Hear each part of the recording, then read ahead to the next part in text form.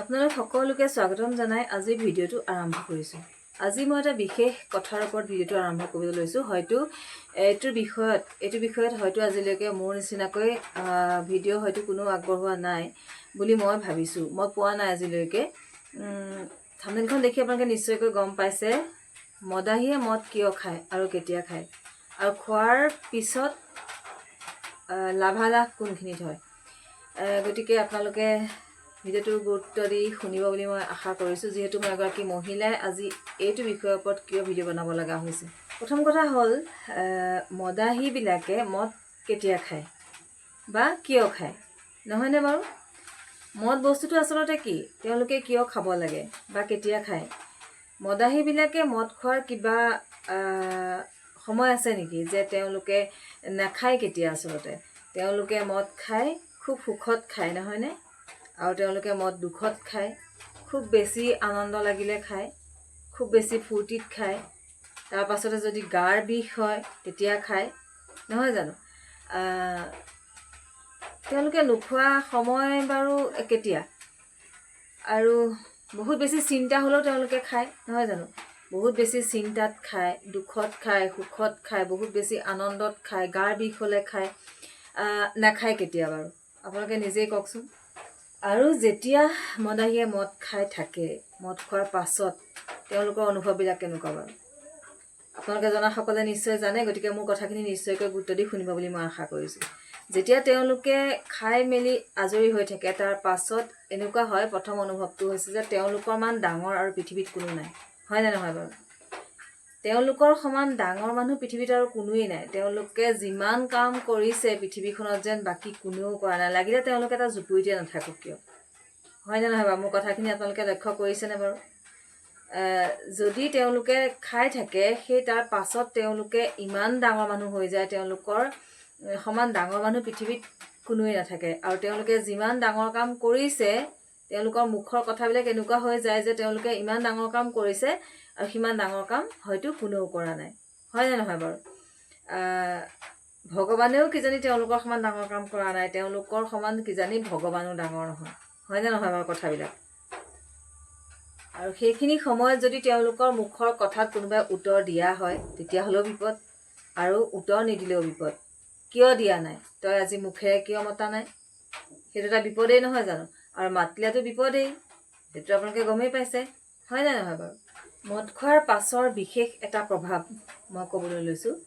বিশেষ প্ৰভাৱটো হৈছে কিছুমানে মদৰ নিচাত কাজিয়া কৰে, নহয়নে?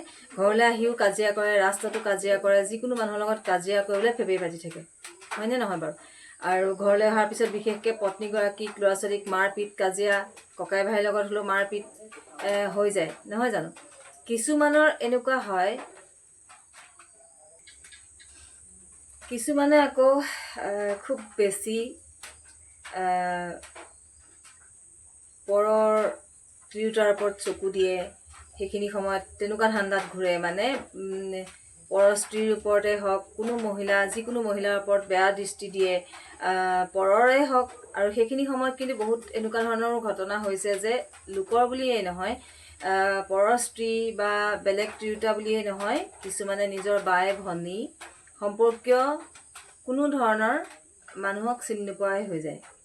সেইখিনি সময়ত সিহঁতি গম নাপায় যে সিহঁতি আচলতে কাৰ ওপৰত কেনেকুৱা ধৰণৰ দৃষ্টি নিক্ষেপ কৰিছে। এনেকুৱা ধৰণৰ বহুত কিন্তু পুৰুষ আছে, সকলোবোৰ নহ'ব পাৰে, বহুত কিন্তু পুৰুষ আছে। সকলোৰে স্বভাৱবোৰ বেলেগ বেলেগ হৈ যায়।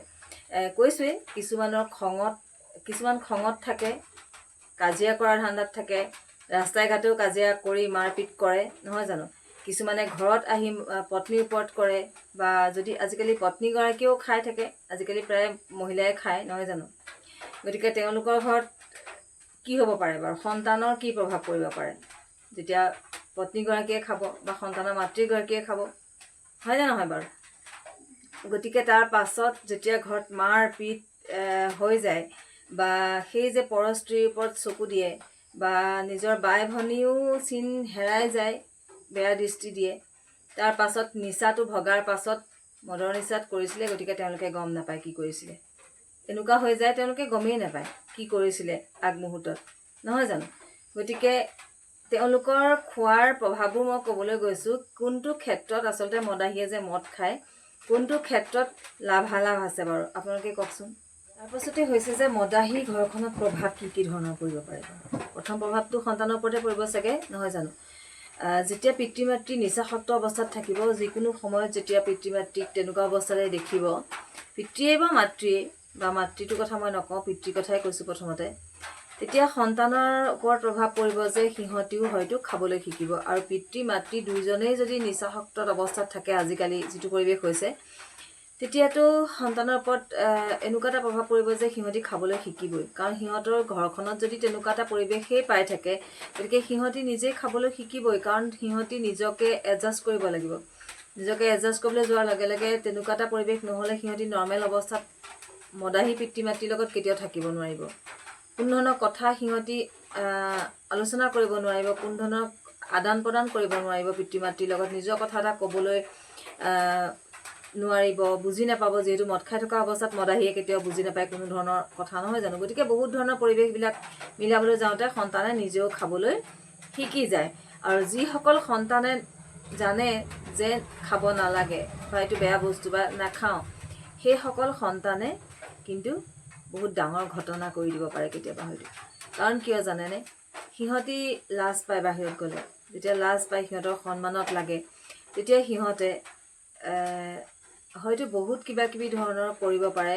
কি কৰিব পাৰে সেইটো কোনেও কৈ দিব নোৱাৰে, নহয় জানো?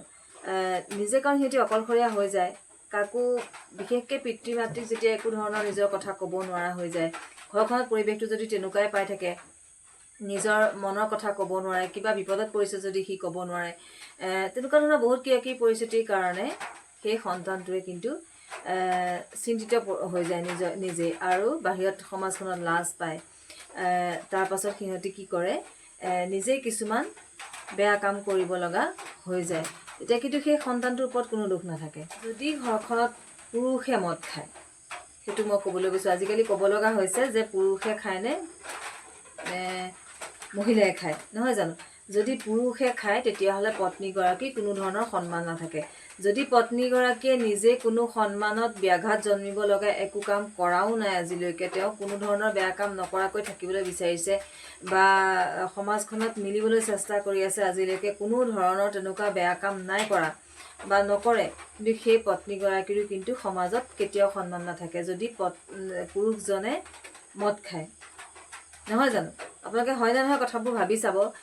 কাৰণ সেই মদাহীটোৰ ঘৈণীয়েক, গতিকে মানুহগৰাকীয়ে যিমানেই নিজে কিমান ভাল কাম নকৰক, গতিকে মদাহীটোৰ ঘৈণীয়েক বুলিয়ে তেওঁ পৰিচয়টো থাকিব। গতিকে তেওঁৰ সন্মানটো ক'ত থাকিলে বাৰু? তেওঁ যিমান কষ্ট যত্ন কৰি নিজক সন্মানৰ মাজত ৰাখিবলৈ চেষ্টা কৰক, লাভ কিন্তু নহয়।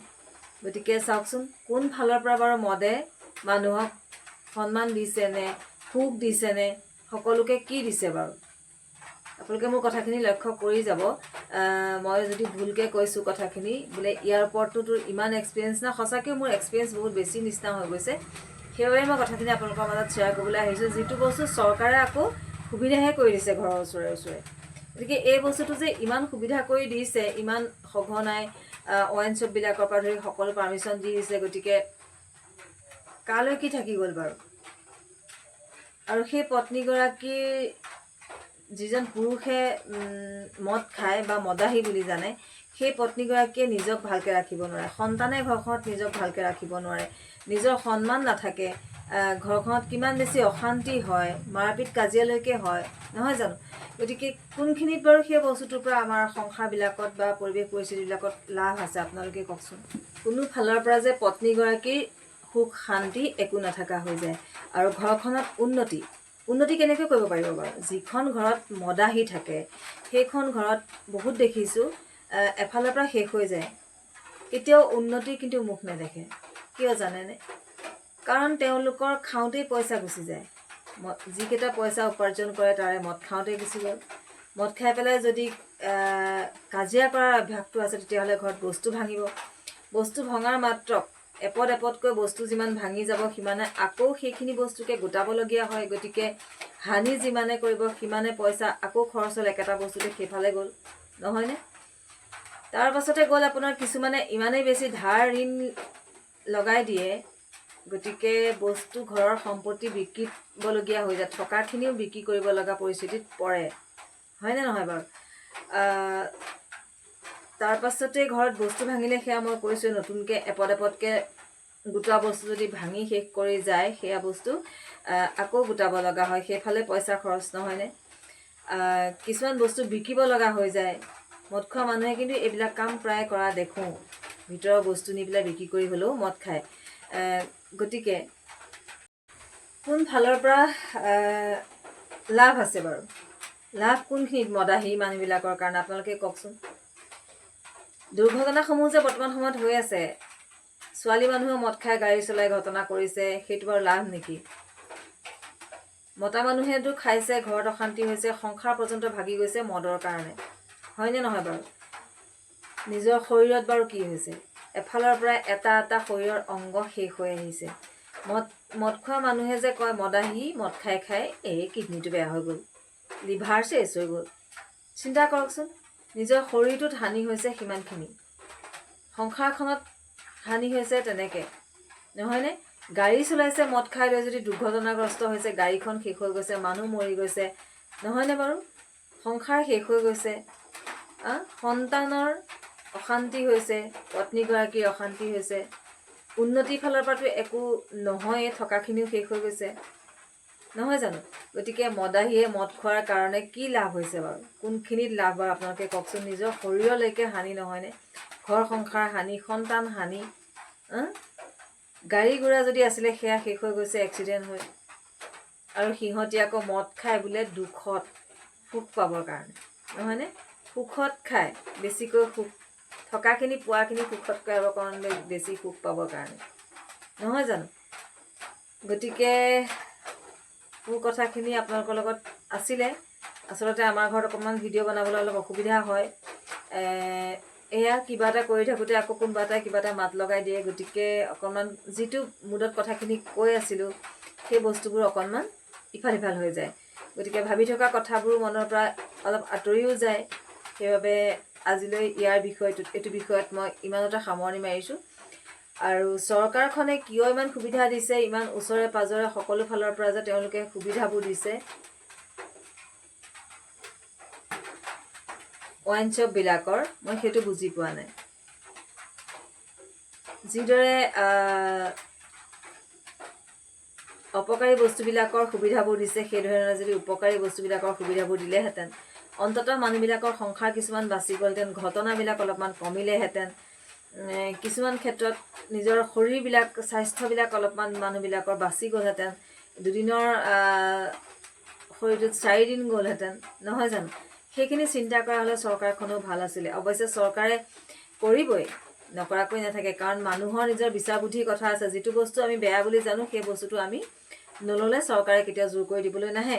কিন্তু কৈছোৱেই, যিসকল মদাহী মানুহ সেইসকলে সেইবিলাক বিচাৰি ফুৰে, আৰু তেওঁলোকৰ ধৈৰ্য শক্তি নাথাকে সেইটো ভাল বেয়া বিচাৰ কৰিবলৈ। তেওঁলোকৰ কাৰণে সেইখিনিয়েহে ভাল, তেওঁলোকে সেইটো বস্তু য'ত পায় তালৈকেহে বিচাৰি বিচাৰি গৈ থাকে।